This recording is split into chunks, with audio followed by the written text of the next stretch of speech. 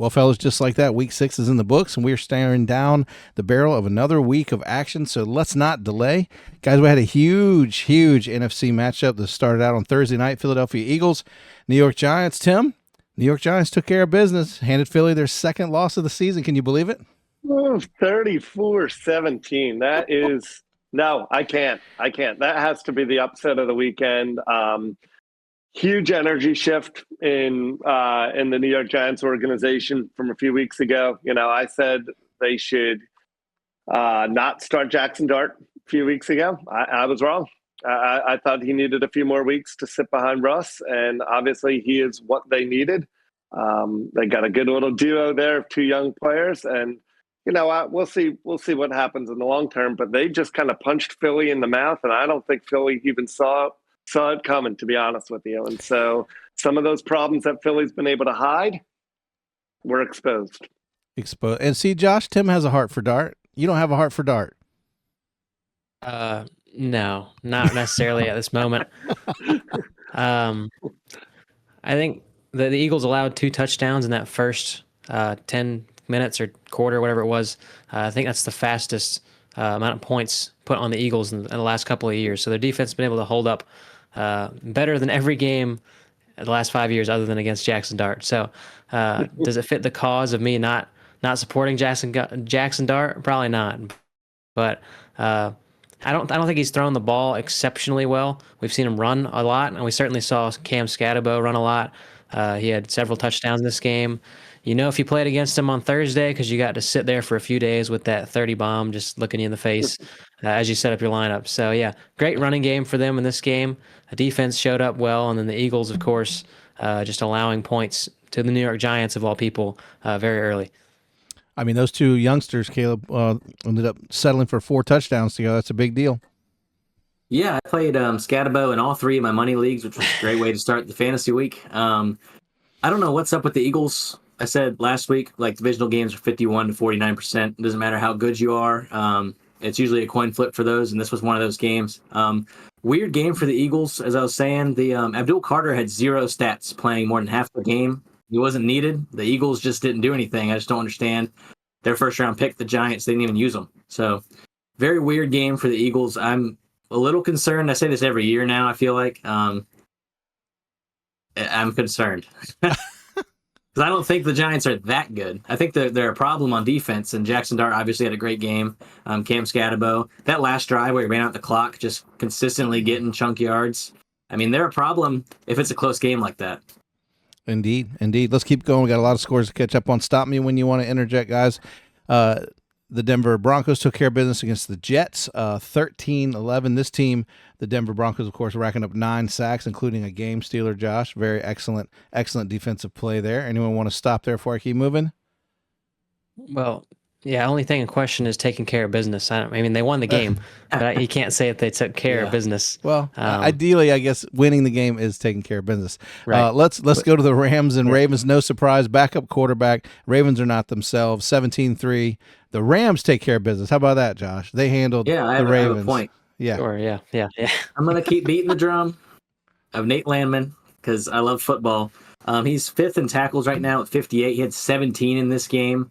Got the game ball, whatever that means for a regular season game. But he's been probably the main reason why the Rams are winning outside of Puka Nacua. He's changed the game with a defensive play every single week. He was Defensive Player of the Month for NFC, I believe.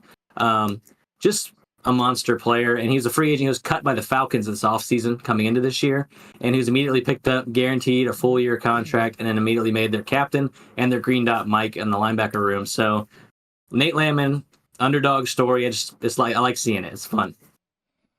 Yeah, no. Yeah, well, I'll just say this is one of the reasons I love the NFL. If you're a Ravens fan, you're not loving their record right now. But I love the NFL because there is so much parity. There is not one team that's so much better than another. And when you have a team like the Ravens, I think we all agree are a top 5 team on paper going into the season. We all thought, okay, they'll be there at the end. When you get hit by injuries, it doesn't matter who you are. You're not that much better. And this is what we're seeing. They weren't that much better than everyone else. They were better than a lot of other teams. But when you get decimated by injuries like this, that's why you're 1-4, 1-5, 1-5, right? Yeah, 1-5. It's tough. Let's keep moving. A game that I think we were all surprised. We picked Dallas, 30-27 Carolina Panthers.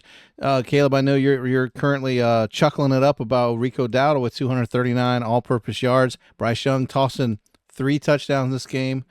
Dallas defense is bad, real bad. Yeah, they let up the most passing yards in the league, most touchdowns, highest QBR in the league. Not good. No, not good. What? Well, Yeah, then the flip side is the running backs 31 yards total on 19 carries. You can't win in the NFL only racking up 31 yards against a team like the Carolina Panthers, who were 3-3, by the way. Let's say that right now. Yeah. So, We highlighted the Panthers last week, talking about how Bryce Young has essentially won every single game other than 1 or 2, having to come back and win those games. So we saw it last week with the Dolphins. We see it this week against the Cowboys. Yes, granted, not top-level defenses, but you like to see them answer on offense. They're not playing bad by any means. Like Tim just mentioned, the running backs, Achane did not do much on the ground at all. They completely shut out the Falcons and Bijan and Tyler Algier, and then the Cowboys shut them down to 31 yards rushing. So 3 straight games of holding down the opposing running back, and then their offense has responded 3 straight games as well. So good to see for them. 3-3, as you mentioned as well. So going forward, I don't think we can project them quite as the worst team, but they have had softer matchups, of course. Well, and the news I think seems real quick when you're done. Sorry, go ahead. No, I was just saying, news seems to be that Jerry's believes in Eberflus, thinks he's excellent, thinks he needs time. I've been reading into it a lot. Josh, I shared with you offline yesterday. They think that if you listen to Diggs in press conferences, like, it's a complicated defense. Nobody knows where to be. So they're blaming it on that and blaming it on trying to strip it back. Caleb, you said it quite eloquently the other day. Like, they have no talent on defense. Like, we got no good talent. So I don't know. Is it a problem, Tim, with our coaching staff, with personnel? What's the fix? Because Dallas needs to fix it. Yeah, nobody knows that team better than you. And I think you're right on. I think it's personnel. I mean, you could have the best scheme out there for any football team, best coaches, but if you can't execute, you can't carry it out. If you don't have the players to execute, doesn't matter. I mean, yeah. I mean, we'll get to the Jets a little bit later. Actually, we already bypassed the Jets, but I'll just say the Jets, I think their coaches actually have some good plans. It's the players, right? They have some schemes that should be working, but if you don't have the players, you can only go so far in this league. Yeah. Caleb, your point you were going to make? Yeah, I think going back to the Panthers, they were kind of built, even though they're a very young team. Their linebacker room is kind of a bunch of unknown players if you don't follow the Panthers specifically. But they're building a defense to play in that division against Kamara, against Bucky Irving, against Bijan, and they're really showing it this year by stopping the run in all the games they've been playing. Yeah, so far so good. All right, let's fly through a couple games that might be no-brainers. Colts, they win 31-27 against Arizona. The machine just keeps right on rolling. Seattle, I think we're a little surprised that they beat Jacksonville the way they did, 20-12. This is a battle of 2 teams with winning records. In fact, Jacksonville's been on a roll. Seattle, you guys believe in Sam Darnold, right, Josh? Absolutely. I mean, he was top 5 in consideration for MVP last year. I think right now you'd put him in that bracket as well. Maybe not taking the lead there, but their defense is playing outstanding. They have the NFL's leading receiver right now. They're playing well. I mean, they were able to answer. We talked about how well Mayfield and Sam Darnold play against each other in the previous week. He's shown signs. Everyone says Kevin O'Connell is the reason that he was great. We're seeing right now that he's, equally a good player in the league as well. So he's proven himself. He continues to prove himself, and I think they're only going to continue to get better because a lot of these guys have not played together. Obviously, Sam Darnold being a first-year guy there. Yeah, you had a point, Tim. I'm sorry. I thought I saw you. Oh, no, nope. I agree with everything Josh is saying. Nope, he's right on. Yeah, I got one. This game, Jacksonville's defense did a great job other than keeping JSN in a bottle. They stopped Kenneth Walker. He was not efficient at all. It was the lowest rushing line of the year so far, I think. And they turned to Charbonnet more than Kenneth Walker, which is kind of disheartening. Makes you think if they're going to trade Kenneth Walker at this point, because he really hasn't done much outside of that one game he had. I forget which game it was, but he had a big stat line. But Seattle, they look legit. Young coach. Sam Darnold looks exactly like he did last year, in my opinion. I think he's just a good quarterback. I don't think that that there's anything wrong or that O'Connell was the reason why he was good.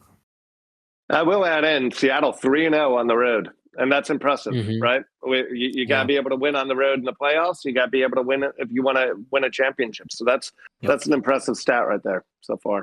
Yeah, and to what you said, JSN was able to reel in 162 receiving yards, which is unbelievable. All right, let's move on to the Chargers and the Dolphins. Chargers get the win. It was a late-minute heroics. They actually foiled that little comeback, Justin Herbert to Ladd McConkey connection. They win 29-27. Yep. Josh? Yeah, I think for a lot of the focus for the running back room, now that we know Najee a few weeks ago is out for the season, now Marion Hampton's out for at least 4 more games because they said he'd be out longer than the 4-week IR. We saw Kamani Vidal, which a lot of people will have on their roster here tomorrow. But Hassan Haskins, Michigan guy, played for Harbaugh. He filled in, and the heroic win at the end there, getting Ladd McConkey down the field for that game winner. A lot of that play was able because of Hassan Haskins and the way that he was blocking on that play. If you watch, he basically hit 3 different guys, set up the block, set up the run. He did a great job, and so he might not get the focus, for fantasy or for scoring touchdowns, whatever it shall be. But the 2 running backs they have there are both going to fill in pretty well. It looks like for all sides of the ball or all sides of the running back position. Yeah, and that's a compliment to the offensive line, right? That a guy like Vidal can just jump right in, 122 yards on 17 carries. Like that's huge, right? He's their 3rd or 4th starting running back that they've had this year. And so, that's a good win for the Chargers. The Dolphins, by the way, league's worst run defense. I mean, the Dolphins are a mess right now. Even worse than us? How's that possible? I mean, I think they are. I think they just did. They are. Yeah. You both allowed Dowdle to have 200 yards, so I guess you're even. We're equally trash. Hey, talking about winners, Aaron Rodgers threw for 235 yards, 2 touchdowns. Dig this: 8 different receivers caught passes from him as the Steelers cruised 26-9 over the struggling Browns. Second start for the young rookie quarterback there. Guys, I'm very excited for Mike Vrabel and the boys. 29-19. This was a lot harder win. Remember we said early in the season we thought the Raiders would be that team that gave everybody a hard time? We were wrong. It's the Saints. Every single game, they're playing like they are in every game, 25-19. And guys, I think, correct me if I'm wrong, Tim, I think that the New England Patriots have clearly turned a corner already. Oh, they definitely have. I think Vrabel, I think the coaching, I think Drake May, I mean, he was – if you look on Sunday, just in the first half alone, I wrote this down, 3 of 3, 170 yards, 107 yards on 3 touchdowns on passes of 20 yards or more. He all that to say, I know it's a lot of numbers I'm throwing out. Just the deep ball, right? He was able to hit connect on the deep ball. And that's something, go back to last year's film. He wasn't. He was missing those, and his receivers, whether you want to blame him or blame the receivers, they weren't on the same page. And so I think you got a coach in Vrabel that's setting his players up for success and knows how to build a winning culture. Yeah, you've been high on him, Caleb. What are your thoughts on it? Yeah, last week I said Diggs, start him with confidence. It's Josh McDaniels. I forgot he was there. This week it was Booty. He had 2 touchdowns, big yards, won the game. But yeah, can we end that debate right now? Is it Booty or Booty? The commentator said Booty, so I'm going with Booty. Well, Sunday they said Booty all day long. Sunday Night Football, it's like when the Patriots played the Bills. Whatever Mike Tirico says is true. So when the Patriots played the Bills, introduction, Kayshawn, he said Kayshawn Booty. Like it was very like trying to not, label out what everyone says, but no more booty talk. Back to Drake May. I think he's the closest physically, size-wise, and I think upside-wise to Josh Allen. I know. There it is. Oh, I don't think people agree with me because he doesn't have the chiseled chin and the fancy haircut, but I think Drake May, the upside he has is very similar. He's maybe a little more handsome than Josh Allen. I mean, I don't know, but what? We're not going. We're not doing that here. We're not doing that here either. I think Drake May's leap from last year to this year it's very obvious. He's top 5 quarterback statistically. They went to Buffalo, beat them at home because of him. He didn't have great stats, but he kept the game alive. That last drive where he stiff-armed the sack and broke out and kind of threw it down the sideline for the first down. You can't make that stuff up. That's like, you can't coach that. That's just talent. Well, coach the quarterback relationship is so important. Yeah, and I think Vrabel's culture he has there and the veterans they brought in around May has just been perfect. I think it's worth mentioning as well. We know Antonio Gibson went down last week, and he wasn't their lead back, but he was splitting with Ramondre, and everyone knows that they drafted Travion Henderson at the top of the second Here it round. comes. But the leading rusher in this game for the Patriots was Drake May, 9 for 28, and then Ramondre Stevenson, your lead back, 13 for 18. At one point, he was 7 for 18, so 5 rushes of 0, essentially. They're getting nothing, right? They're getting 1-yard touchdowns, 2-yard touchdowns from him, and then 0 efficiency. And then he also leads the league in fumbles, which that sounds like a great combination for failure in the running back room. Getting benched. So Drake May runs the ball well. They need to get Henderson going. I probably said this 10 times at this point, but we're going to see it at some point. It's just please, McDaniels, please give it to us anytime. His first touch in preseason was a kickoff return, a 100-yard kickoff return. He knows what he's doing. He's never fumbled in college. No. He's one of the best blockers in the draft as a running back. Yeah. I just don't understand what they're waiting on. No. Yeah. But to be fair, we talked about this before, I think. Mike Vrabel's also the guy that had Derrick Henry in a committee with Deion Lewis for 2 years. Yeah. True. He's letting them lose their job, which I think 13 for 18 is a pretty good way to lose your job. Lose your job. Yeah.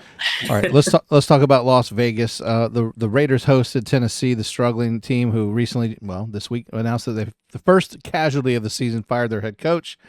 But the Raiders guys way too early. Well, we can talk about that. This defense allowed 225 total yards, forced 3 turnovers, though. Excuse me, Max Crosby and the boys, they are handling their business up front. Of course, they have their problems on offense and rookie quarterback. But, Caleb, you think it's too early? You think this is too soon to move on from a coach, I guess? They just drafted the quarterback for the future here. Right. They're still building their number 2 receiver. Manner's a rookie as well. It's too early. It's 6 weeks in. How are you going to blow up this whole rebuild in 6 weeks? It just doesn't make sense to me. I think my justification is if you drafted your franchise quarterback and you know it, they're not protecting this kid at all. And I think if you're going to get fired early from drafting a rookie quarterback and starting him, it's when you don't protect the guy. The guy's getting murdered out there. Well, and I think if there's any saving grace, that might be why. What were you going to say, Josh? So the irony of that is his dad has been one of the best NFL offensive line coaches for a very long time. But you mentioned, of course, the firing there. The last 4 quarterbacks to go first overall had their head coach fired during their rookie season. And so you'll see the team is bad, and it's likely has to do with the head coach that was there. And then they hire the first overall or draft the first overall pick, and they weren't totally committed to the head coach after seeing the failures the first year. And then they ultimately end up firing because they're not 100% confident in them. I mean, it seems like the same thing. Urban Meyer messed it up himself. That was his rookie head coach season with Trevor Lawrence. But Frank Reich, he messed it up himself. Matt Eberflus, there was no confidence there when they got Caleb Williams. They got the pick from the Panthers, so ultimately they weren't the worst team that year, but they were a bad team. And now Brian Callahan, what did he win? 4 games in these 2 seasons? He had Will Levis, guys. Come on. Yeah. We're beat up on my guy again, bro? No. I will say from Mike Silver, used to write for the NFL, still writes for another source. He talked with people, and he said a Raiders coach, obviously we don't know which one, he said, quote, "That might be the worst team I've ever seen, or the worst team I've seen in the last 25 years." And they've certainly looked like a poor 25 team. years. You'd assume that's Pete Carroll, right? I mean, it could. I mean, anybody in that staff, right? None of them are really young. They're all older. Yeah, that's fair. I had a point. What was I going to say? Man, I just lost it. Hey, anyway, the best of us. It'll come to me. I'll jump in really quickly and just say, go to Jacksonville for a second. I know you started touching on it with Urban Meyer. Look at there just has not been any consistency there. And so when you're trying to develop a young quarterback, how many coaches has he had in Jacksonville? I think he's had third, right? Third. That's wild. And he's finally at least 3. Right. That's crazy.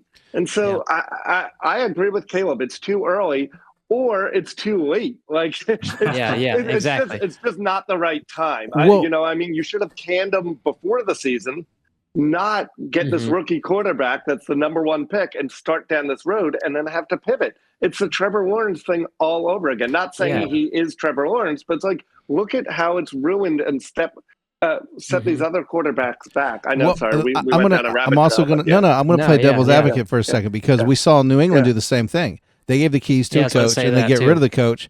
And now, Right. but again, I think it's because they see something in their quarterback in New England, and they didn't want to ruin him with a bad coach. So why not move on early instead of continue to put him through it? You see what I mean? So maybe Yep, I would have done it before the season. Right. That's my Yep. argument. 100%. I agree The- it's bad timing. The thing that I remember I was going to say, the meme that's going around is the Titans should be looking for a Mike Vrabel. If only. If only they had a Mike Vrabel kind of. Yeah.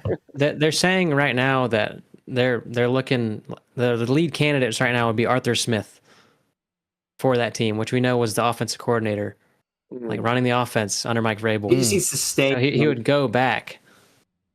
Are we fans of retesting these head coaches? I know Mike Vrabel wasn't a I am failure. His not. team, they had all these trade failures and new GM and all the things that attributed to him getting off of the Titans. But like Arthur Smith, he wasn't a huge success. Are we really going to bring him back No. to fix Cam Ward and then fire him again like we did with Doug Peterson and the I think Jags, as Tim there's mentioned? plenty of college coaches you can reach down and try to get. We need a lot to of jump younger guys. online this weekend and do a quick episode talking about the coaches right now, because I think Yeah, the yeah. list has probably never been longer in my mind of coaches that probably need to go. But anyway, I Right. digress. Let's handle these last couple games. Let's talk about Tim's Green Bay Packers. A lot of people were worried that Green Bay we're going to hit a slump. They played the Bengals, which is a great team to slump against if you want someone to beat up on. 27-18. Tim, this offense is rocking. Matthew Golden's career best, 102 scrimmage yards. I mean, Josh Jacobs is moving. Your offense looks great. Your defense, maybe not so much. But what's your takeaway? Yeah. So my takeaway is, I think, you kind of summed it up. The offense looks extremely balanced. 153 yards on the ground. They looked very good. The defense, which going into the season we thought was going to be maybe lights out, right? Was two takeaways on defense the entire year so far.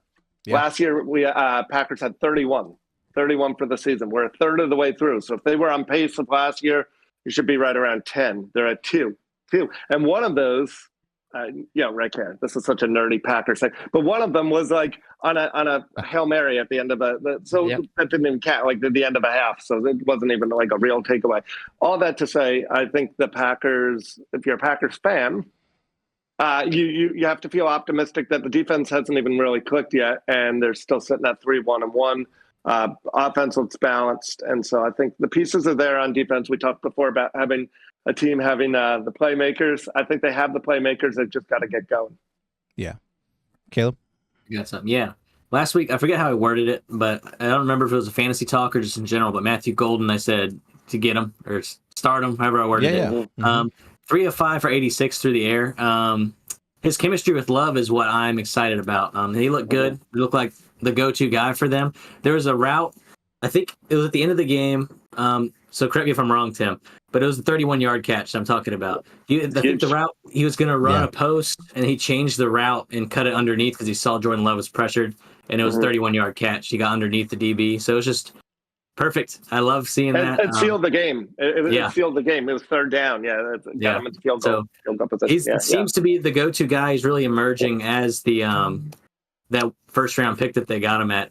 Is it the first time is it 27 years or 26 years? Yeah, 27 years. 27 years. First time in 27 years. Yeah, I know, right? Yeah. Yep. So I know. So we'll see. I'm not buying the number. Here's a number I'm buying. The Buccaneers beat the 49ers 26-19. Guys, we've been a big fan of Baker Mayfield. I mean, he threw 2 touchdown passes this week, but he continues to extend key plays with his legs.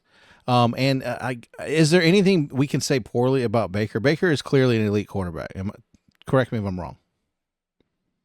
No? No, I mean, here's the thing. If I would have told you before the year that he would lose his top 2 receivers, he has lost so many pieces. And we look at Baltimore and we go, well, that's why Baltimore's 1-5. I just said it a half hour ago or 20 minutes ago. That's why Baltimore's 1-5. They lost so many pieces. So is Tampa Bay. And look at what Baker Mayfield's doing. I mean, it's phenomenal what Baker's doing. Absolutely phenomenal. Caleb? Yeah, and like Tim said, Mike Evans been out since week 1 or 2. Chris Godwin's been in and out with his shin injury from his breaking his leg last year. Egbuka just went out with an injury. Yep. Kate Otton's playing with a broken hand. He hasn't done anything until this past week. And Yep. Bucky Irving's out. So And all Jalen basically they're McMillan, top Jalen 4 McMillan's been receivers. out. Yeah, top 4 receivers out. Tight end playing hurt. Bucky Irving out. He's still a top 5 quarterback. So yeah, very encouraging if you are a Buccaneers fan. This guy is he is the guy, I think, for them long term. Obviously, he's answered all those questions the past few years, but if you're a Browns fan, you're still kicking yourself, I think.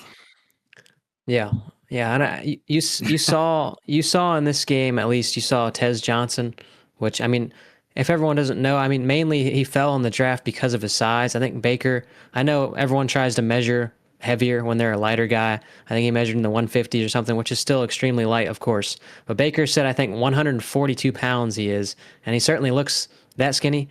But that's why he fell in the draft. If he wasn't that small, he probably would have been a day 2 pick. He was highly productive in college at Oregon, played with Bo Nix. He's actually Bo Nix's brother, obviously not biologically, but they are Foster indeed brother. brothers. Yeah, fostered in. So, he was a high-level prospect other than his size.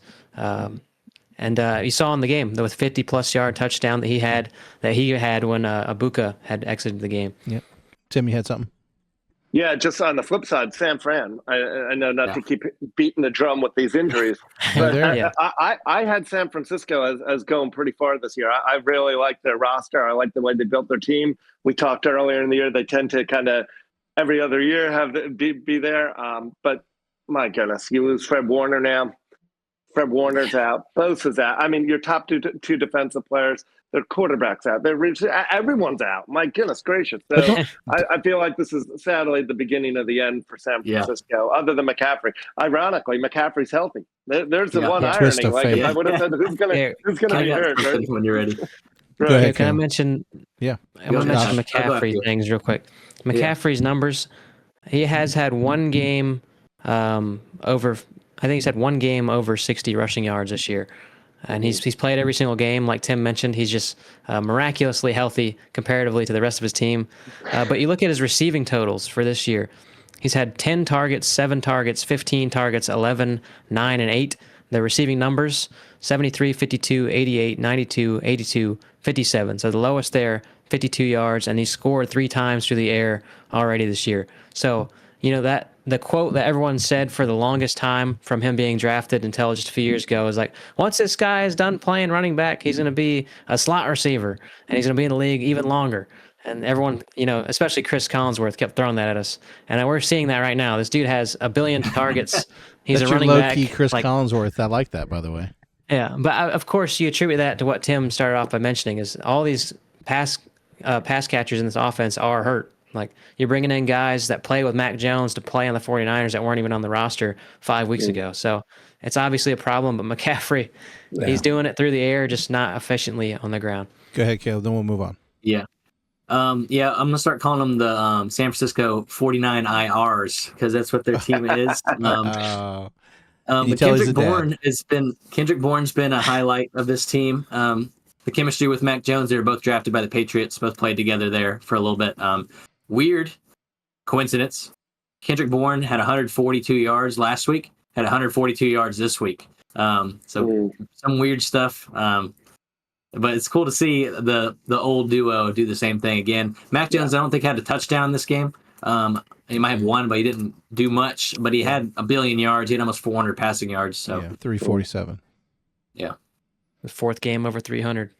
Yep. Yeah, I mean, I was going to say, like, is it so bad that Purdy's out with this guy? Because it seems like this guy's in the 350 club every week, which last I checked is big boy numbers for a quarterback. Oh, yeah. Yeah. All right, let's talk about speaking about injuries. I feel like the Lions have a PhD in fielding a team without their starters. They lose to the Chiefs, which is 2 questions. Tim, I'm going to start with you. Pat Mahomes, 250 yards, which is nice to see him do that for a change. We have been very consistent on this show saying, hey, let him cook. Teams will figure it out. It's too early, all those things, right? So we're past the week 4 or 5 barrier where preseason is shook off. And we've seen the Lions look dominant after their first week, and now we've finally seen Kansas City turning it around, starting to get a rhythm. Do you agree? Are we starting to see these two teams start to look like who they are? 1,000,000%. Yep. I agree. I mean, no Rashi Rice. They're sitting at 3-3 after some pretty bad losses. They could actually be 4-2. Kansas City. I'm so sorry. Chris Jones had a nice bounce back game after letting Trevor Lawrence just walk in, 2 weeks ago. But he looked fired up, and he's a great player. So you knew he was going to bounce back. But no, I do agree. I think these teams are who we thought they were. I think we just need to remember, and we say this every year, but I tend to kind of forget. You want to make these snap judgments in weeks 1, 2, and 3, and now we're a third of the way through, and you go, okay, no, the Chiefs are going to be a tough team, a tough out, and the Lions are going to be a tough out in the playoffs. They're both very good teams, very well coached teams as well. Yeah, your takeaway, Josh? Yeah, my takeaway to your question, or just from the game? Either one. Your question being, okay. Yeah, I mean, we mentioned the matchups that the Chiefs had to begin the year. I think they had, Ravens, Bills. They have the Lions now, of course. So, I mean, they lost games to begin the season, but it wasn't the easiest matchups. But they also didn't look like themselves. And as you mentioned, they look a lot more like themselves now. Their team is getting healthier. Their run game is still not what you want to see. Similarly to the Patriots, your running back or your quarterback's going to lead you in rushing every so often, just because of how poor it has been. So we'll see if they have an answer to that. But their passing game should be significantly better with Rashi Rice, with Worthy being back now the last 2 weeks. We've seen him finally. He scored in this last game. But as you mentioned as well, the Lions just piling up the injuries. They're going to be starting right now. They were starting Rocky Sin, who they acquired from the Niners, who was discarded from the Colts and the Ravens and the Niners. So he's a veteran guy getting tossed around for stuff just like this. And then Avonte Maddox from the Eagles. So they're not starting premier talent. They have Brian Branch, who's probably suspended for 1 game. So they're going to have, looks like nonsense. Somebody starting out there. Yeah. But yeah, it's gonna be tough for them going forward. In this game, they had a 1-yard touchdown that was called back, where they threw it to Jared Goff. Why are we doing this? You have Jahmyr Gibbs, you have David Montgomery. Just run the 1 yard. You don't need these pretty, flashy plays. Just isn't that who Dan Campbell is? They've done that either. I know, but I'd like to see them just go traditional. Just get it done. Yeah. Yeah. I got something. Caleb? Yeah, we're speaking about the rushing inability that they have. And with the trade deadline coming up in the next few weeks, it feels like that they are going to make a move. That's just my opinion. I think they're going to make a move for running back. We see running backs available, like Alvin Kamara with the Saints, trying Kendry Miller a little bit more. Someone like Chuba Hubbard, who might have just lost his job. Kenneth Walker, other guys like that. There's a lot of running backs available in their contract years that they could trade for, and I think it would help them a lot, especially with the way Pacheco's been playing. He has random bursts throughout the game, but he is nowhere near consistent as he was before his injury last year, which is disheartening because he's a fun player to root for. I just think they make a move. I think that's an easy fix for them. Yeah, especially running back. Yeah. Let me ask you guys, this is just a random question, because I think we all love Adam Schefter and everything that he does with reporting. But it's been gnawing on me, and I've been dying to ask y'all, so I'm going to ask you this. He said that the free agency is going to heat up in terms of the trade deadline coming, as you mentioned, in the first week of November. He said, and I want to get your take on this, over or under, he said there would be upwards of 15 to 18 transactions done between now and the trade deadline. We've seen 4. Okay. So do you think there's still another dozen or more key moves coming? And just you guys can spitball, whoever wants it. Yeah, I think so. I think you have a lot of players that either aren't being used as much as they want, like AJ Brown, or people that aren't being utilized in ways that they were in the past, like Kenneth Walker, Alvin Kamara.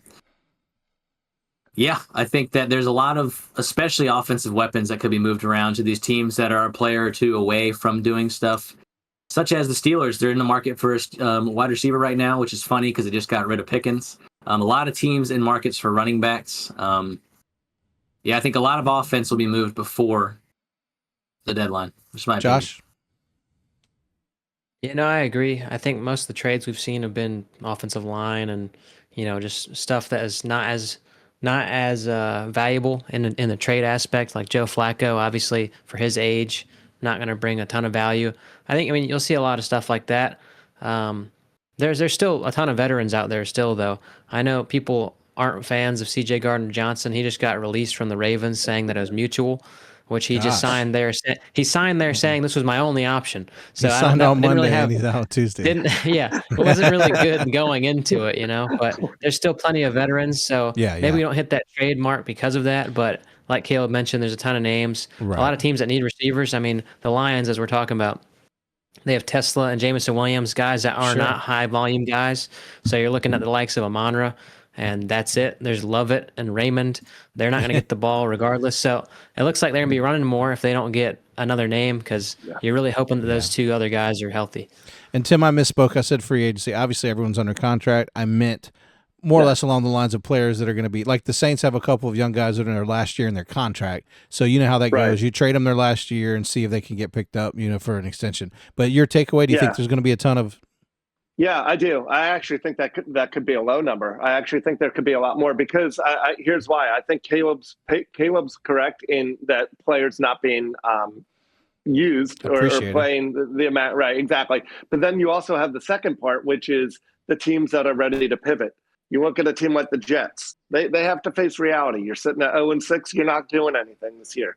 You look at a team like New Orleans. They have all these organizations do have smart people running. Some are smarter than others, but most of them are able to have that big picture and go, all right, it's time for us to pivot. What if we move off these guys? What value could we get as far as draft picks, as far as future, just freeing up draft space for already looking to next year. So I think that's actually some of the moves as well. All right, let's wrap up this week with just a couple of games here, guys. Two teams were favored by 4.5: the Buffalo Bills and the Washington Commanders. And two teams on Sunday Night Football lose. The Falcons go in 24-14, and then of course Chicago goes in 25-24. Caleb, your takeaway from these two games? I think I'm the only one out of the three of us last week that picked Atlanta. I was the only one in both of my pick'ems leagues that picked Atlanta. So I really felt it.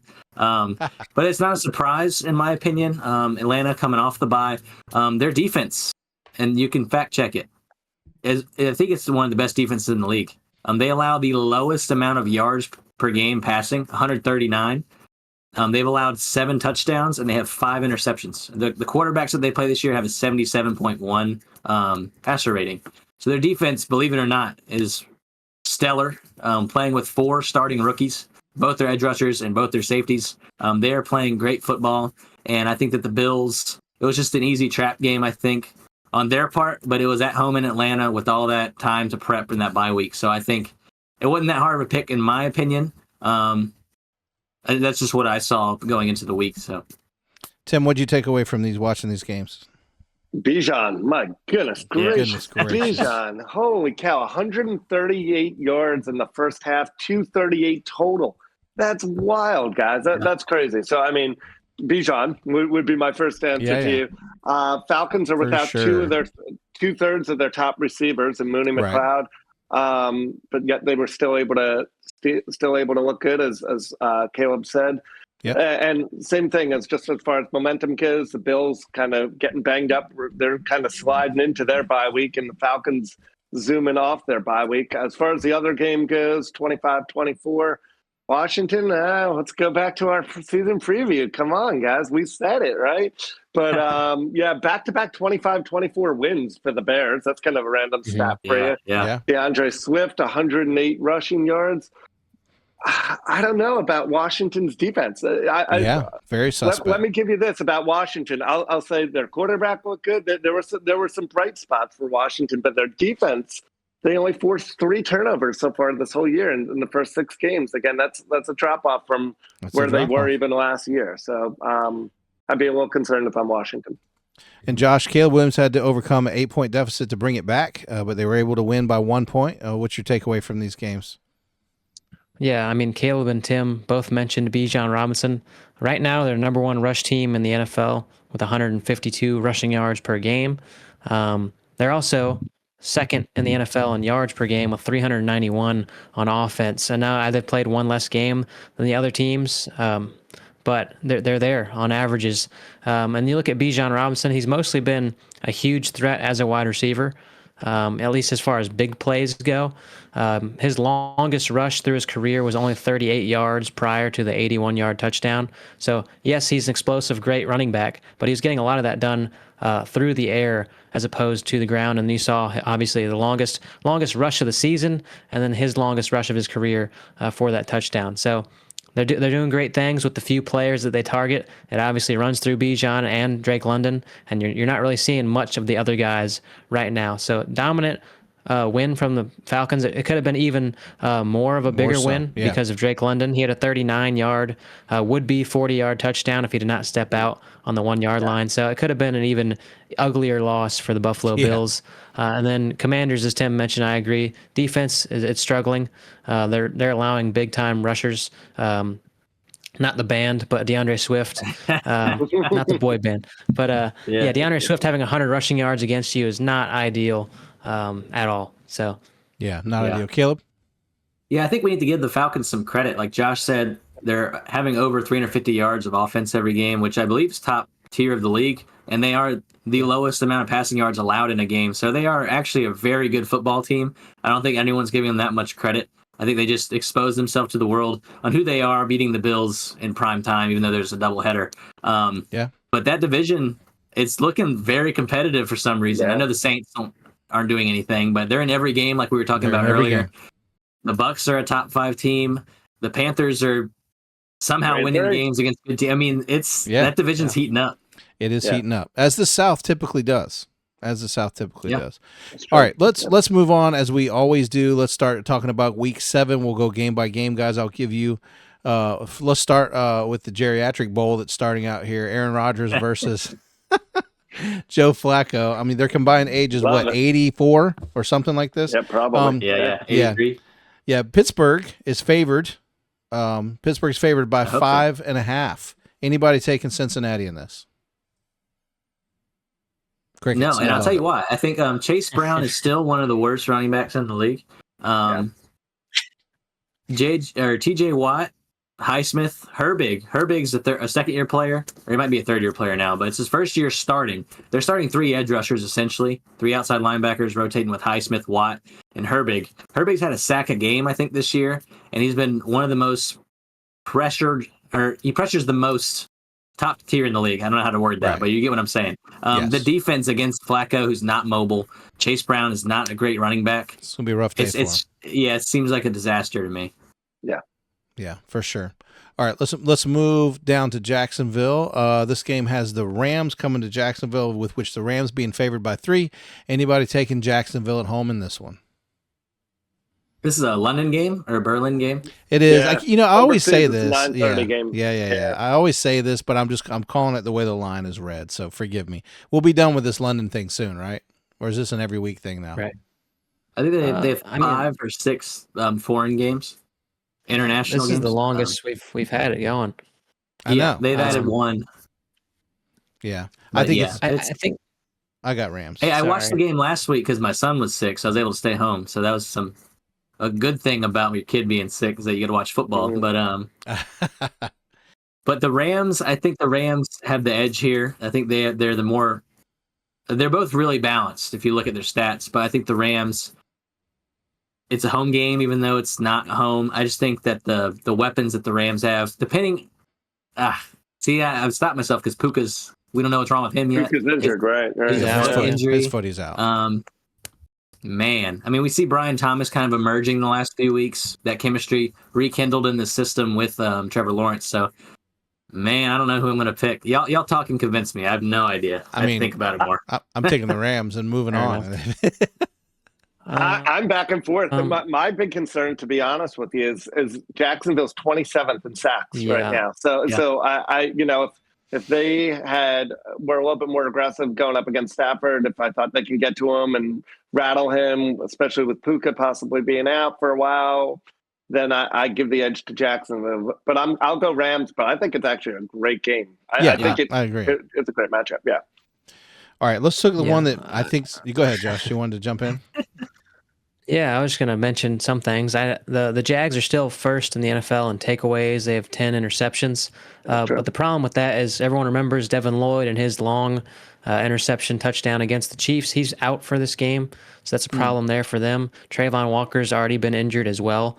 So there's going to be a big reliance on the backups there, Ventrell Miller, and then I think Walker's back. But yeah, huge reliance there in the middle of the field, which has been very steady for them. And then the Rams team, you look at their rushing game, the rushing game, the yards per game on the ground is only 105 with Kyron Williams. So that's problematic there for them. Yeah, for sure. You're breaking up a little bit, honest. I think I got you back. All right, let's go ahead and move down the road if we could then. The Saints are visiting the Bears, coming off that big win. The Bears are favored by 4.5. Who you guys taking? I'm going Chicago. Yeah, I'll agree. Everyone's soaking this one in. I know, Sooner or later, the I know. Saints have to win. Sooner or later. We'll take Sooner or the later. Bears. Yeah, I I'll go think the Bears. Yeah, they are just the better team. I think DJ Moore might be out for a long time. He went to the emergency room last night with a groin injury, which is weird. It's either his groin muscle, his crotch, or a hernia. They diagnosed it as the same. So I don't know how severe it is. That he went to the emergency room, so it must be severe. So hopefully he can recover fast and be able to play again this year. But even with him being out, I think the Bears have the edge against this team. All right, you want to move on? You want to add something? Yeah. Similarly, Oh no, we're losing Josh. to what Tim said about the previous matchup, is the Bears are 30th in sacks. Yeah. Yeah, we hear you, but we're seeing you not quite That's all there right. with us. So yeah, Y'all I don't go know ahead. what's up. it's hard when your audio's behind your video. We're seeing you, but Y'all not got really. it. Yeah. All right, it looks like you're back. What were you saying now? Saying the Bears are 30th in sacks right now, but they have interceptions. They're doing well there. It's just, are we going to see them be able to pressure Spencer Rattler? Because right now, their number one receiver, their number one running back are averaging about the same for both teams. So it's really Spencer Rattler versus Caleb Williams. And then the time of possession has been absolutely terrible for the Bears outside of being able to run against the Commanders last week. So are they picking up in the run game?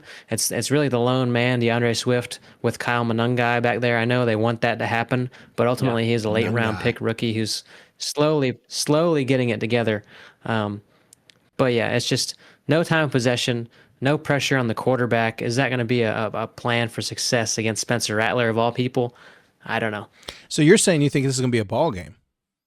You're not guaranteeing the Bears are winning. There's some bad I think blood so. in this game. Where's the bad blood? I think so. Spencer Rattler lost his job at Oklahoma to Caleb Williams. So there's that. That's right. Yeah. Oh, it so we could got a be little blood game. pseudo revenge game. Yeah. Yeah, I mean, to Josh's credit, everything he said, like I see the Saints kind of just balling out. Like if again you're doing the eyeball test and you're not looking at the score, you think that the Saints are giving everybody, everything. They're balling. Yeah. So yeah, We have another revenge game in that, and it's Dennis Allen, the defensive coordinator, against the Saints.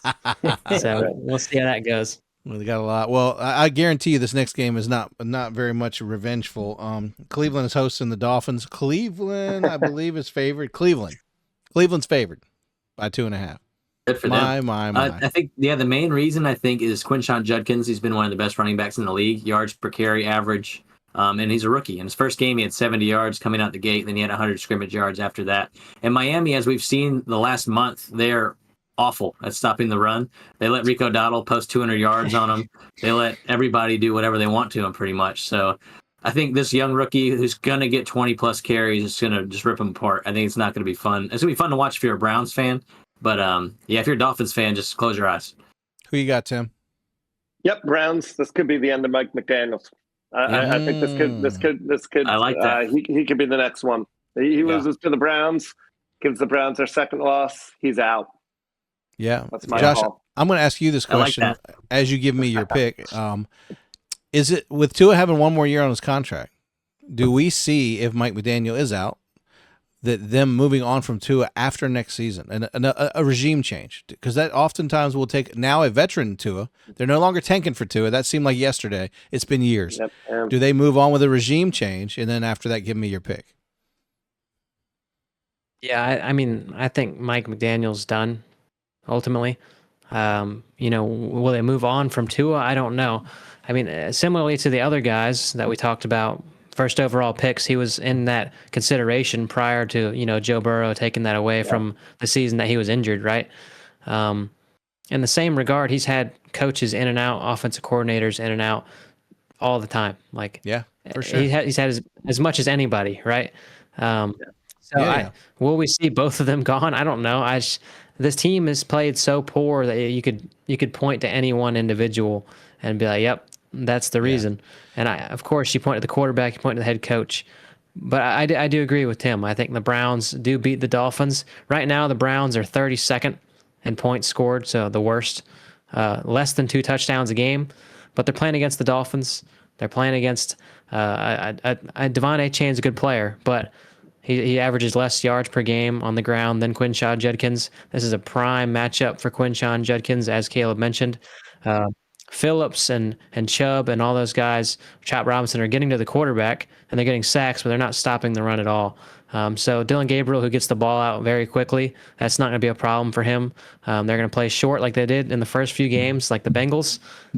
I think it's a much easier game for them in this one as well. All right, One random point I would like to add.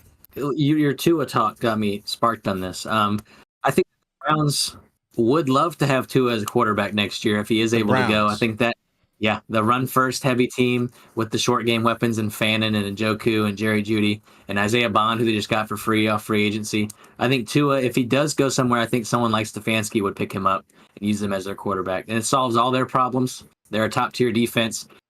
They're still winning a couple games. At least they're in every game without a quarterback. They have Dylan Gabriel, who's undersized, and a rookie. That just sparked in my brain. So you're saying that we're throwing it out here first.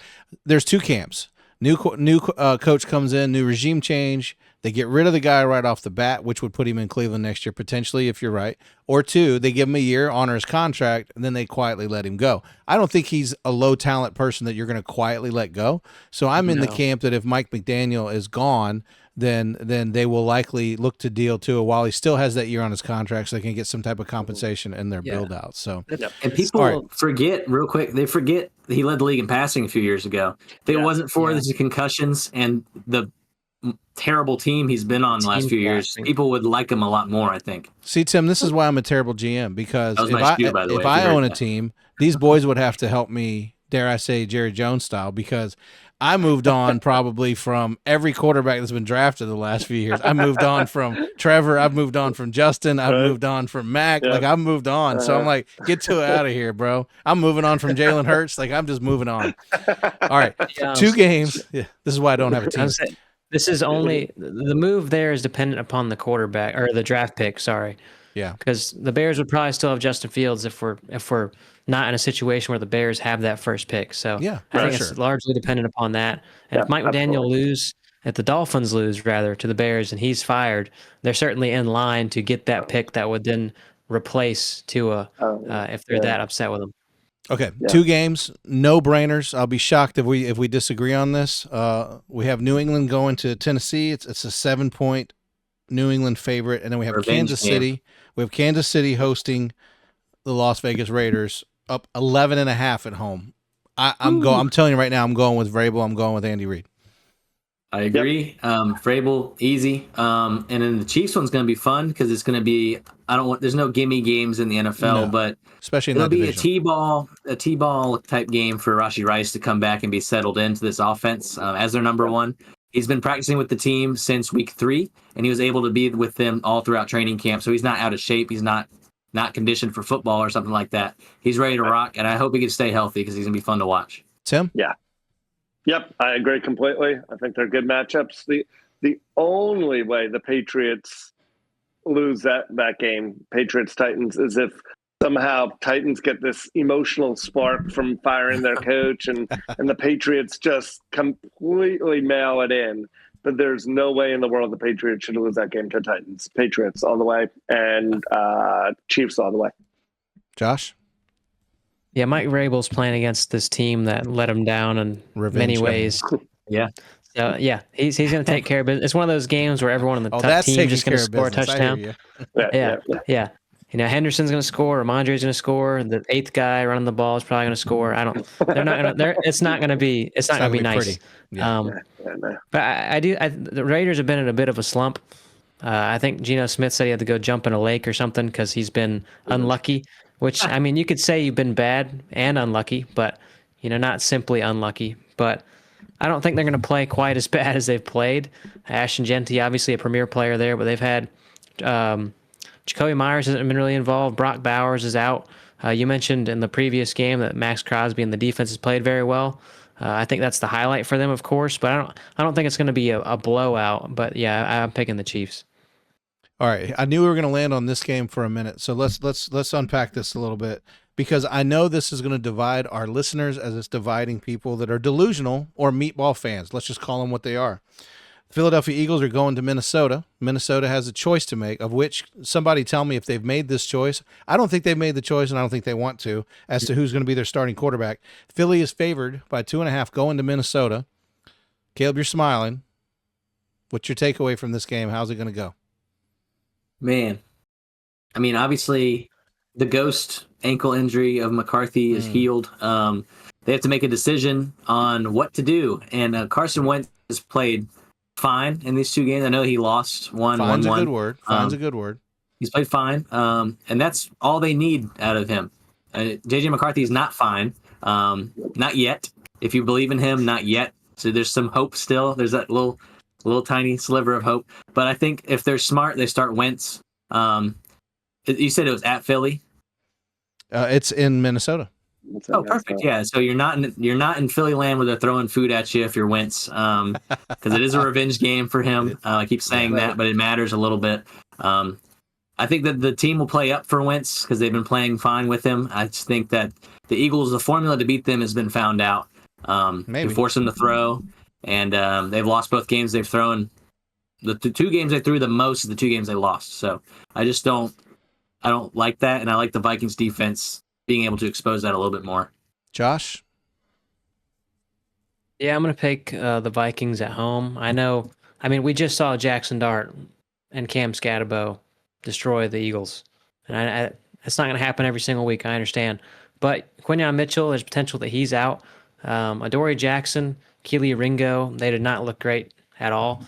And so you get those 2 guys lined up against Justin Jefferson, Jordan Addison. Man, Hawkinson. What are we doing? This is a better team, Minnesota Vikings, across the board outside of arguably the quarterback. But Jalen Hurts has been among the bottom in yards per game. I understand they have A.J. Brown and Devontae Smith, but Isaiah Rodgers, another revenge game.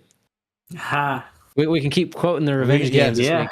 There's a lot of good matchups. But in all seriousness, he's been a top-level corner this season, and so he's going to be locked in on one of those receivers. Not saying it's going to be 100% pretty for him, like him allowing 0 yards against Jamar Chase, just because that's how bad the Bengals are right now. But, yeah, Vikings all the way.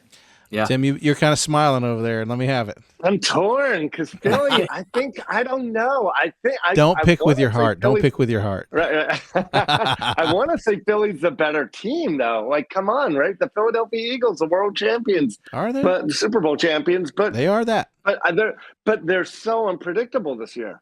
Even their record is like I can't figure out. You've said it so many times, Dave. Like. For I don't 3 years. get them. I don't understand them, and I know our Philly fans. Not a hater. Just don't understand. Yeah, but, right. Yeah, no, I gotta go Minnesota though because I think I understand Minnesota. Now, can I add in a caveat? Please. I pick Minnesota if Carson Wentz is a starting quarterback. Josh, you don't have on your Carson Wentz shirt. Did you get off the train? Right. If it's McCarthy, if it's JJ. I'll go Philly. I don't know if I'm allowed to make 2 picks, but that's how split I am on this Minnesota team. See, I don't, I never want to sound like this guy that's angry about anything, but I just don't get JJ McCarthy, at all. Mm-hmm. I don't. Right. So I'm with you. Josh, are you caveating too? Do you think they win if Wentz is in, or do you think they win either way? I just think that the Vikings are a better coach team. Okay. JJ, in the similar regard to Jackson, what I started out by saying was, Jackson didn't really take care of business. He did what was there, and they ran the ball well. And I think that's what the Vikings are going to do. And I think the problem for the Eagles this year is you look at their defensive ends. Zadarius Smith just retired, who they got off the wire. If you don't watch the Eagles, you don't know these names, you probably think they're made up. The guys rushing the passer right now: Jalix Hunt, Azeez Ojulari, Moro Ajomo, and Josh Uche. They're doing nothing right now, and they're solid players. I understand, but those are your premier guys having to go against this team with, we know the Vikings roster. I just don't think it's going to be sustainable.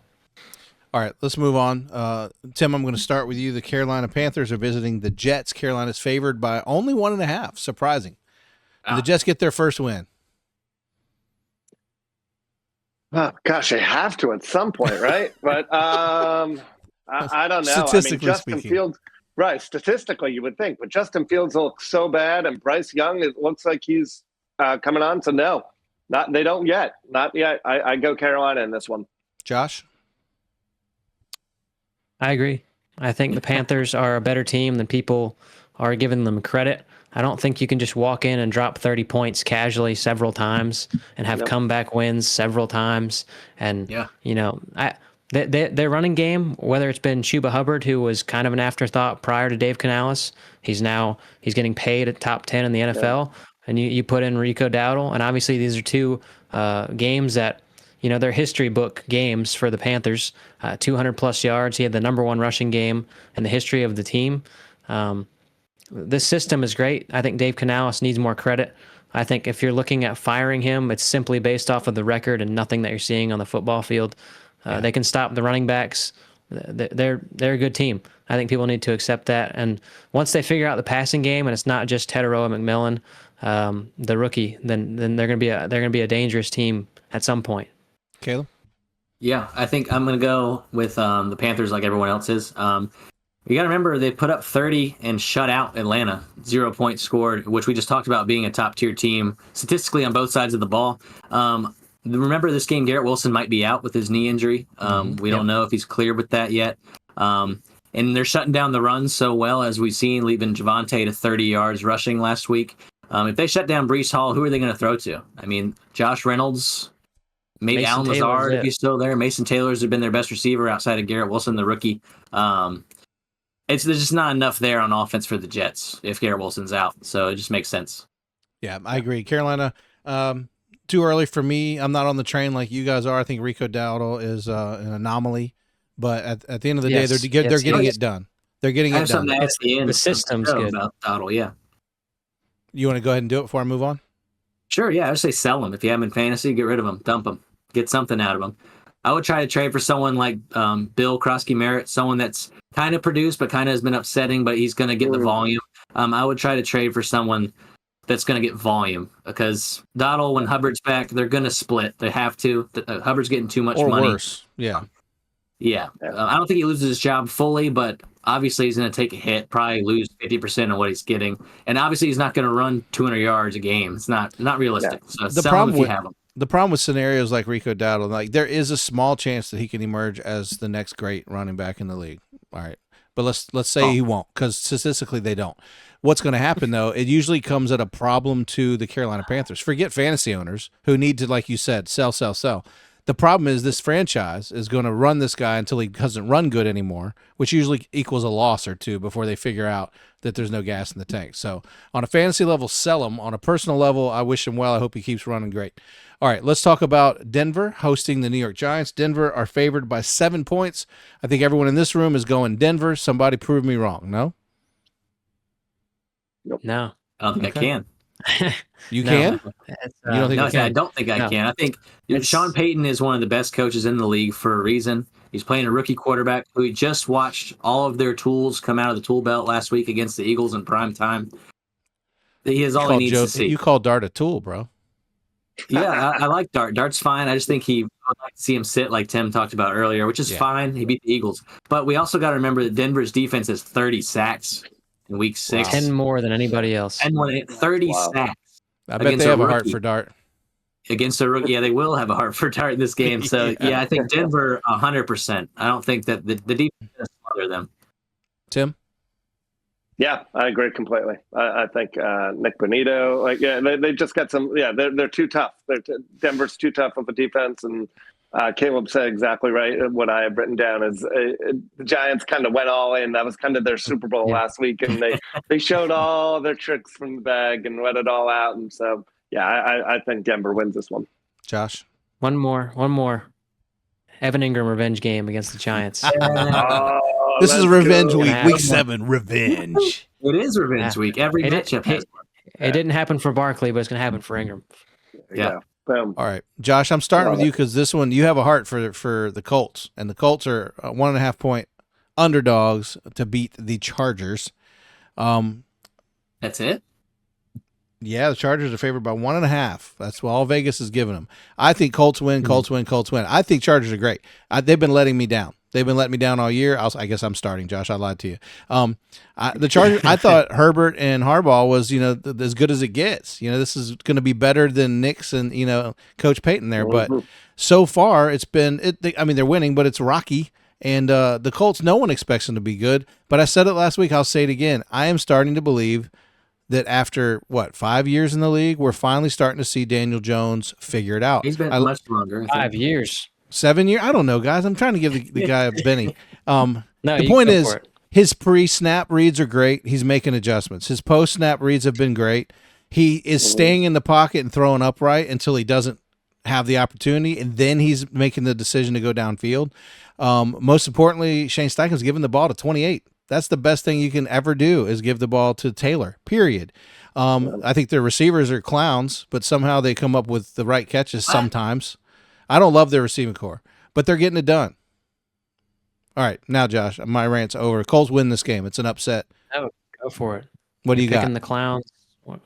You like this receiving core, Josh? You like this receiving core? I like Josh Downs. I like Downs. I think Michael Pittman's Clown. proven himself. Clown. I mean, he's proven himself to be a quality NFL contributor. I can't say that he's a dominant number one receiver. No. 3 or 4. But as far as the game goes, Colts are number one offense in the league. They've looked like the better team, at least consistently. 32 points a game. Their defense is top 5 as well. Less than 20 points allowed. They're top of every metric, more or less. Second most efficient team on third down. 7 turnovers through the air, 7 picks, 16 sacks. They're top 10 there.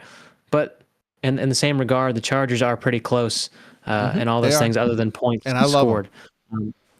I think the biggest thing is obviously the running game for the Colts. They have not been stopped. Jonathan Taylor, he has a favorable matchup against the Chargers. I think it's just going to continue for them. I think the Chargers, while they were a great defense last year, and they do have quality talent, you're starting to see those names fill in that are not starters now. You have Jamari Caldwell starting. You have Odafe Owe, who just got added to the team. Boygby starting. Troy Dye is starting. He's rotating, wasn't starting to start the year.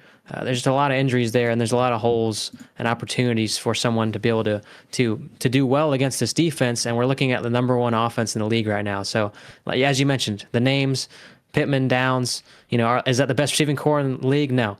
But they're playing at the height of the league, and so I don't see why it doesn't continue against a team that now has injuries and concerns and questions on defense.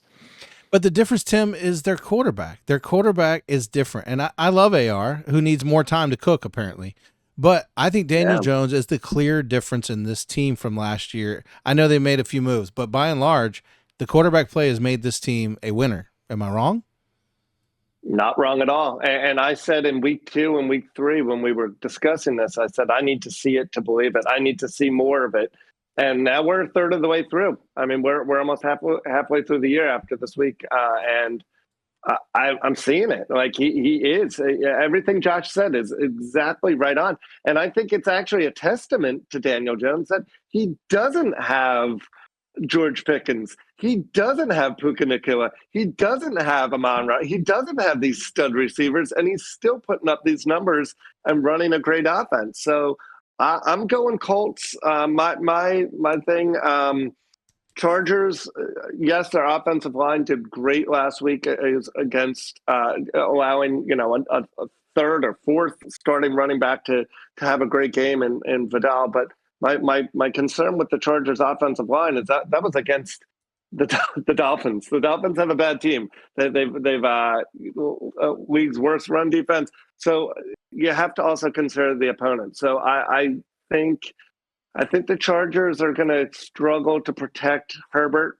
I think their line's going to struggle, and I think they're also going to struggle to stop Daniel Jones. Bring us home, Caleb.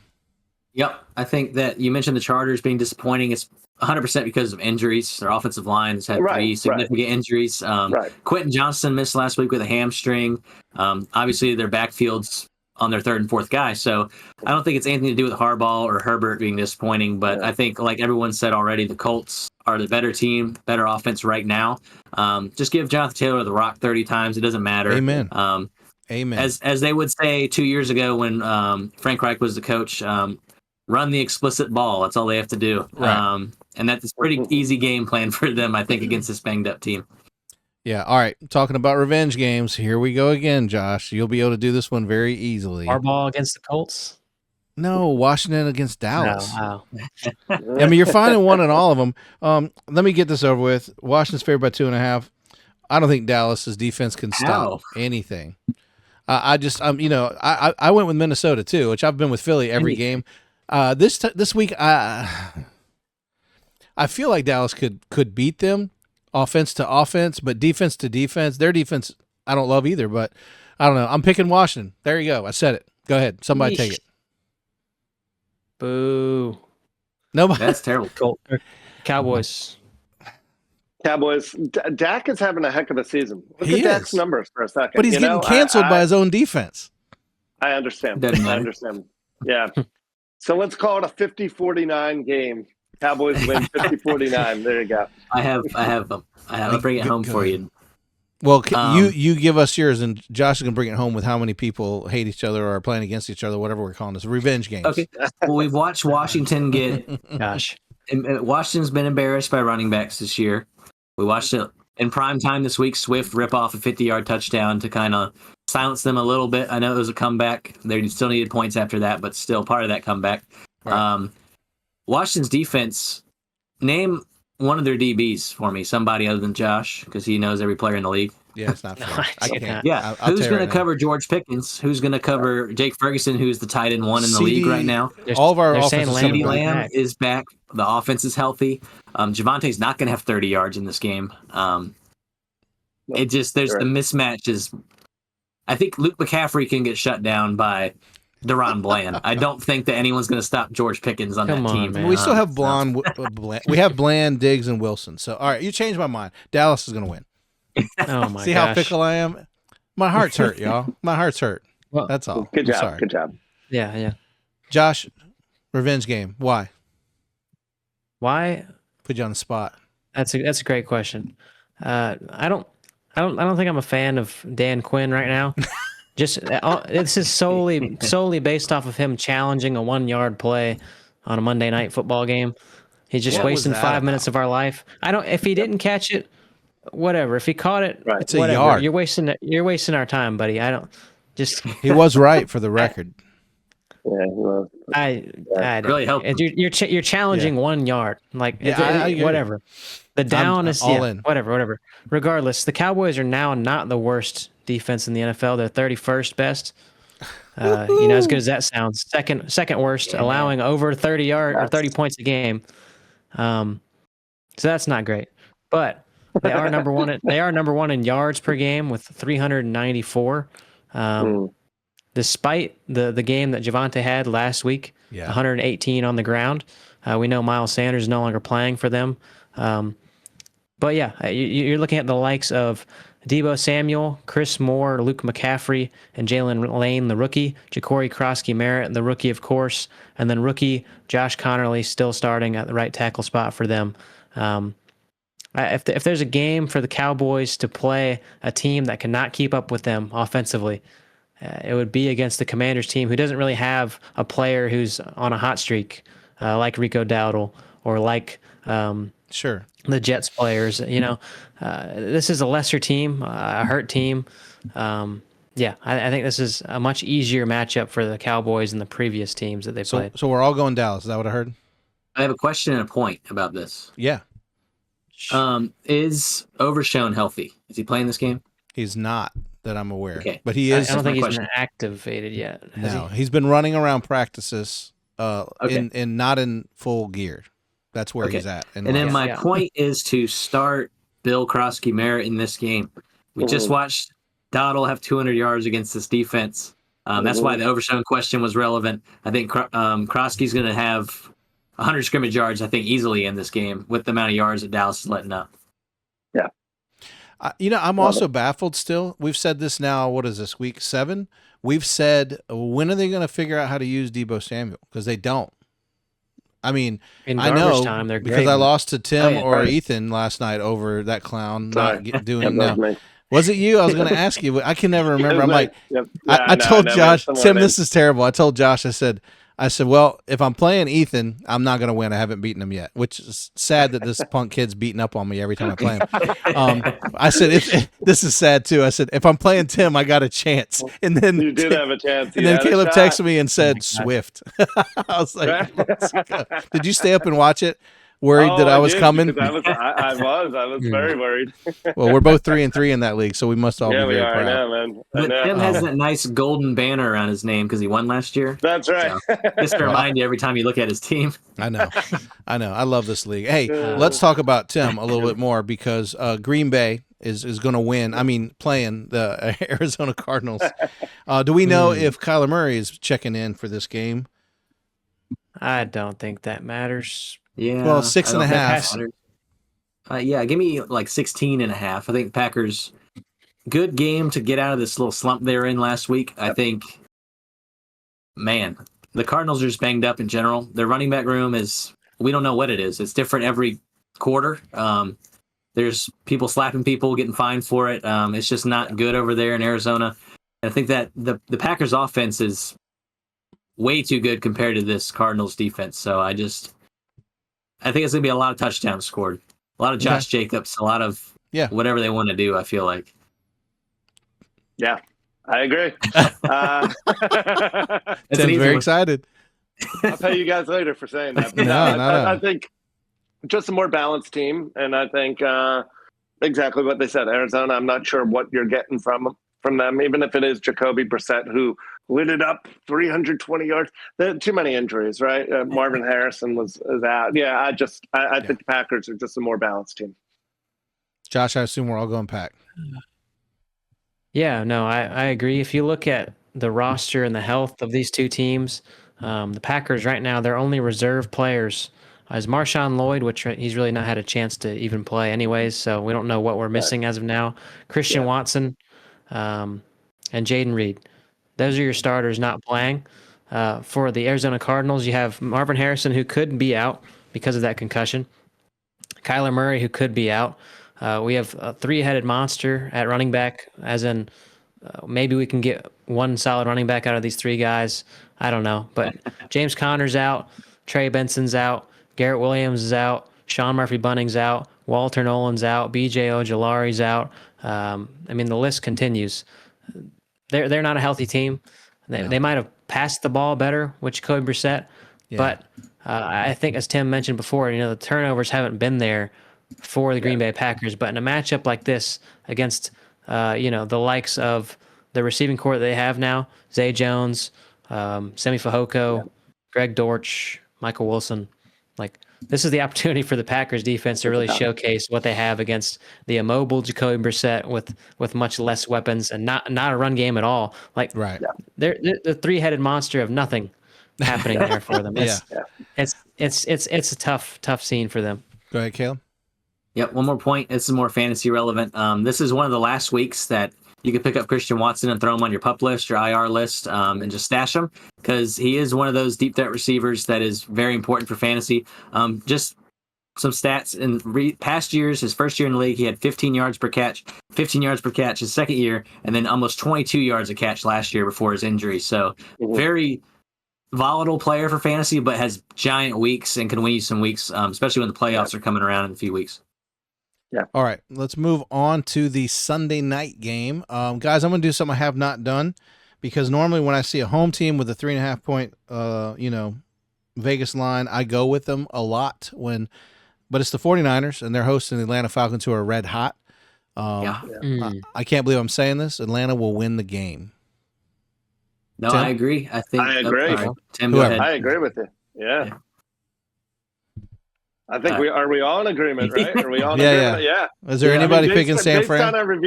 Based on our reviews from last week, I mean, what we went over earlier in the show, I mean, yeah, Atlanta's trending hot and San Fran's trending cold, or trending injured. How about we say it that way, right? They're a good team. They're just so banged up. I have the biggest, I mean, it's a screaming obvious exclamation point. Bijan versus who? Rookie Nick Martin, who's a good linebacker. He's a rookie.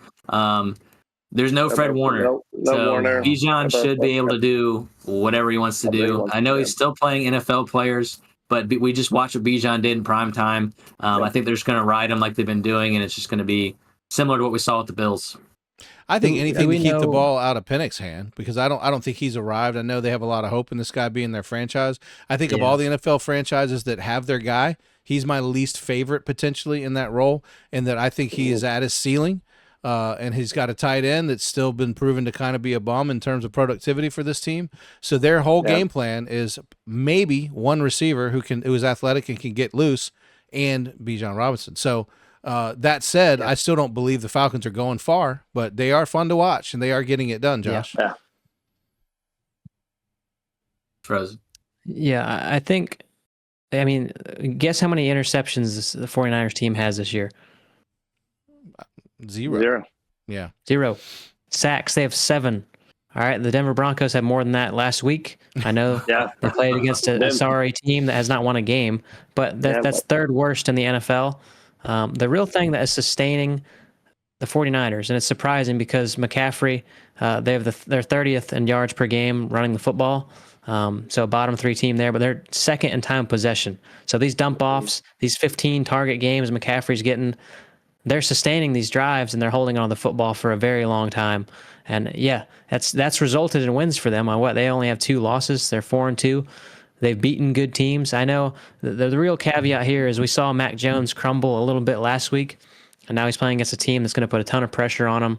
And we know Mac Jones is not very mobile. We know he's also very injured as well. So that's the biggest problem. But if he's going to dump it off 500 times and drain the clock like they've done, then it might be closer, because like you said, if it's just Drake London and it's just Bijan Robinson they're doing anything, it's pretty miraculous how they're this efficient and this productive right now with just those 2 guys, essentially. Yeah, without a doubt. All right, let's transition. Last 2, we have Monday Night Football games again, the double headers, as we would say. So we have the Bucks and the Lions. The Buccaneers are underdogs, 4.5, Detroit. And then as the time of the show, wasn't a line that I saw for Houston and Seattle. That's at 10 o'clock at night. Yeah. So I guess they don't do lines for late games, but I'm kidding. Well, it looks like Seattle 3.5 fade. Okay. All right. So Seattle's 3.5, Detroit's 4.5. They went with the home teams. What do you guys got? Tim, let's start with you. You can call them both for me. Let me know your thoughts on these games. Who are you taking? Going Buccaneers. The Lions are a really good team, and they're a very good team. But I think the Bucs are actually better. I think at this point, I love Baker Mayfield. I just love what he's doing. I know it's way more than just one player out there, but there's something happening right now with the Bucs that kind of has that vibe where you just kind of right. Like I don't know. He's cooking right now. I know they'll be tough going into Detroit, but I think that this is the ultimate statement game for them to show they belong. Because let's be honest, even though the Lions lost early in the season to Packers and they lost, are they one just? Is that their only loss, or do they have 2 losses? I'm trying to think. Lions. Yeah. Oh, the Lions. They actually just lost last week. Yep. Yeah. So 2 losses to two pretty good teams. I They're good. They are good. I think the Buccaneers are just better. I do. So I'm gonna go Bucks, just more for looking at their roster top to bottom. Texans, Seahawks. I gotta go. I'll go Seahawks for that. I don't just because they're the better team. Caleb? Yeah, I agree with both. I think the Bucks. We see the safeties on the Lions banged up. Kirby Joseph's not healthy. He's playing with knee injuries. Right. He played through it last week, had a couple tackles, but has been in and out of the game. I think this is big Cade Otton week. We have all the receivers out pretty much for the Bucks. A lot of rookies playing, undrafted free agents playing. I think Cade Otton is going to be leaned on a lot. We saw him kind of break out a little bit this past week. So the Lions are just banged up. I think it's going to be a shootout, Baker Mayfield fashion, pulling stuff out of a hat type deal. And then I think the other game, I'm going to go Seattle as well. I think the Texans are way too hot or cold. We saw them get embarrassed a few games, and we saw them blow out the Ravens before their bye week. So, yeah, Seattle's just a better team overall. Sam Darnold's hot. They have 2 running backs. JSN's top 2 receiver in the league statistically. They're going to keep it rolling. All right, Josh, bring us home. Yeah, I'm going to be taking the Lions. Baker Mayfield, I know he had that playoff game against them, I think 2 years ago, where the Buccaneers ended up losing. But his average in regular season against the Detroit Lions are 189 yards, 54% completion, and less than a touchdown a game. And he's averaging over an interception a game. So obviously that's the past. That's not right now. But he hasn't been good against them outside of that fourth quarter against them in the playoffs. He's playing with a number 1 receiver who was an undrafted free agent. I know Tez Johnson's good. We talked about him. But they have to contain him. They have to contain Sterling Shepard. Cade Otton's good, but he hasn't been a threat to them or anyone this season as far as, red zone opportunities or red zone scoring. They're playing with a backup running back. I know Rashad White was a starter for some time in this league, but they're just playing against a Lions team. I know they have the injuries on defense, but I just think that they've been able to contain Mayfield in the history of them playing against him, and then he's playing without his top 4 receivers, without his number 1 running back. I just think there's concern there. And then I'm going to take the Houston Texans as well. I think that they're coming out of a bye week. They're going to showcase their receivers that they drafted in this year's class.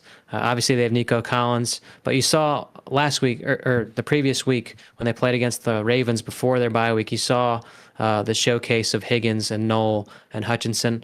I know those aren't known names right now, but top of the second, Jaden Higgins went. Jalen Knoll went in the 3rd round. This receiving core is more talented than people may know at this point in time just because of them being rookies. And then the secondary for the Seahawks has just been decimated. You saw last week Brian Thomas blew up. Not literally, but he had a great game against the Seattle defense, and it doesn't look like they're going to get any healthier for this game. I know it's in Seattle, but the style of Sam Darnold and C.J. Stroud, I think, is similar, and I think in the same regards of looking at just Nico Collins and just JSN. JSN's been outstanding, but on paper they both only have 1 talent at the receiver position right now. But I think that you're going to see the Texans emerge against this decimated secondary.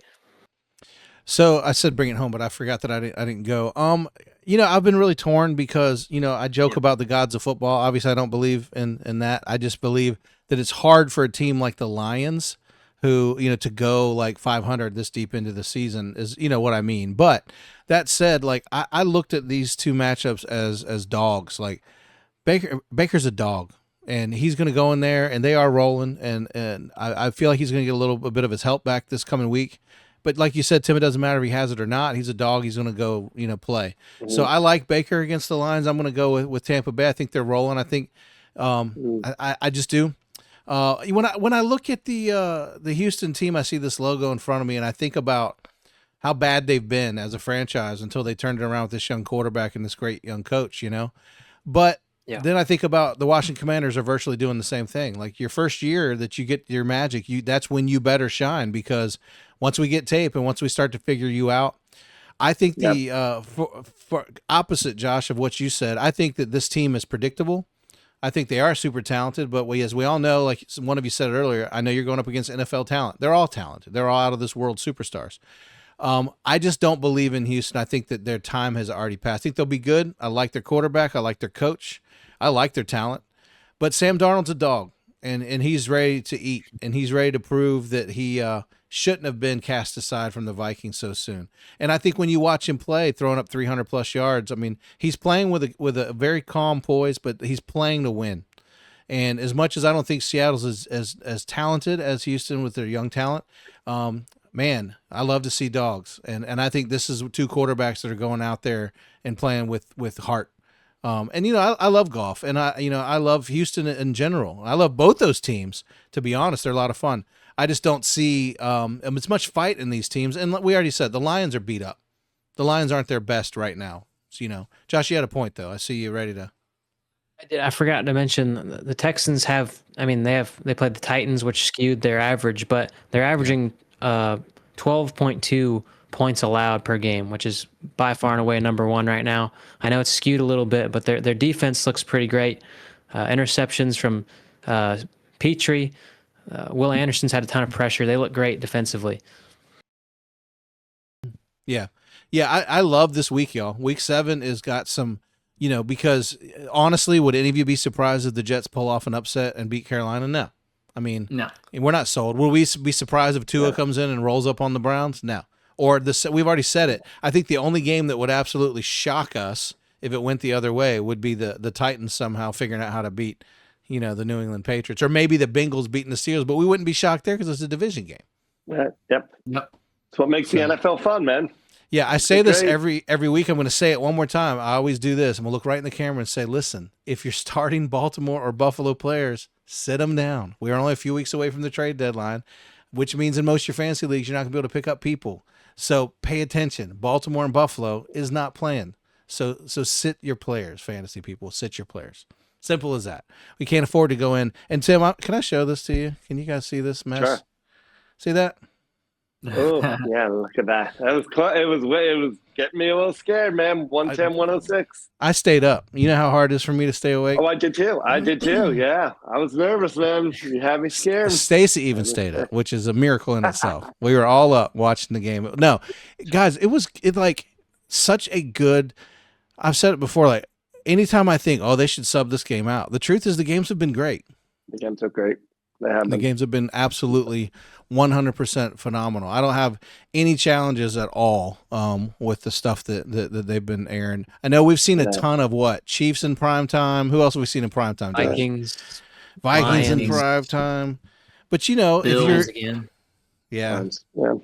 When are we going to see the rest of these rivalry uniforms? Do we know? I don't know. Do we got care? the whole year. I have no idea. Is this something they're going to do every year because they're only doing certain divisions each year? Yeah. I don't know. Anybody care? Not at all. I don't. Yeah. I don't really give a rip. It's just another way to make. I don't know. Right. Yeah, I don't even know why they do it, but I miss the color rushes. That was predictable. Yeah. It was something. Yeah. Why are these guys wearing green crazy highlighters jerseys on Thursday night? Yeah, highlighter. But at least we knew it was going to happen. Yeah. Right. Well, it spurred kind of a revolution because now, we get the whiteout game. Dallas is wearing a white helmet, white everything, yeah. So that's a color rush. That's all we did anyway, was wear the white pants with white shirt with the white helmet. Right. Yeah. Crazy. No. It's good. I want to get offline with you guys and hop back on, maybe do a special episode and talk about coaches. So let's get something like that for our listeners here real soon, because I think we're at a critical place and we glazed over it early in the season, but the NFL is a coaches league, as we say, week in and week out, and coach-quarterback relationship is super important. And if you see those deteriorating, you're probably seeing a team that's not going to make it very far. But there's just I'd like to talk about coaches some. So let's hop online and plan to do that for our listeners. I think it would be good and insightful. And who knows, by the chance we get to do it, there might be a few more coaches gone. Who knows? Yeah, well, this has been our Week 7 preview. Week 6, like I said, is in the books. We'll be on every week to talk about each and every game as they happen. So, guys, once again, thank you, guys. It's fun. I look forward to seeing and talking to you guys next week.